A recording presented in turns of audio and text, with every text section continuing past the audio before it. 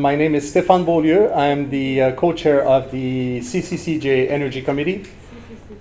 Thank you very much for coming today to the first Canadian Energy Roundup. And we're hoping the committee will act as a sounding board for the private sector as well as the public sector to come together and exchange ideas on the energy relationship between Canada and Japan. 皆さんこんにちは。在日カナダ商工会議所会長のウェイクリーです。今日は素晴らしいセミナーを行うことができまして、皆さんの力でやっぱりトピックそのものが非常にタイムリーであるということは間違いありません。Chamber is an important partner to the Embassy, providing extensive support through initiatives such as this Energy Roundup that brings focus to the Canada-Japan relationship. And I must say, the timing of this roundup is really very, very appropriate because we've just finished with a major oil and gas conference. この2年余りの間、いろいろな機会に、ジョグメックの活動をカナダの LNG 開発という脈絡でお話しさせていただいております。During my time, I have to say that I've been pleasantly surprised by how much effort and energy we put into the energy sector amongst the staff. The ambassador has made it clear to us that this is a key priority sector, and we've been putting, I think, a lot of energy and a lot of effort into it to promote both investment and exports of energy from Canada to Asia. I would like to take this opportunity to introduce you to what is being discussed throughout British Columbia on this very important topic.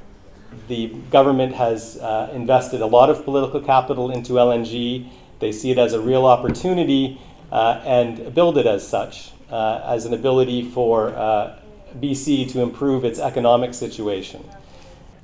What I'm going to try and do in this presentation is address some of the threats and headwinds that could potentially face the LNG industry in Japan and more broadly around Asia. And Wilf has also asked me today to provide an update on the nuclear power situation in Japan. That's something that we're monitoring very closely here. And of course, Canada itself is a nuclear power in its own right. We're shifting from the export side to domestic usage of LNG in North America and of course Canada. So some of you maybe wonder, why are we talking about this? I think it's important because your export projects will benefit and should benefit local economy, local technology, and local usage, including for First Nations in Canada.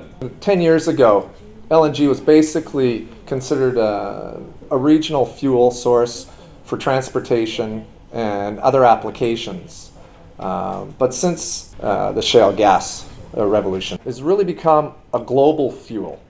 And it's a fuel that's, the increase in demand for the LNG in the North American domestic market is obviously driven by the increase in supply, but it's also driven by the improved technologies that we see out there in terms of extracting the gas. I wanted to tell you about some of the things that we're doing as Westport to use LNG as a fuel around the world, but particularly in North America.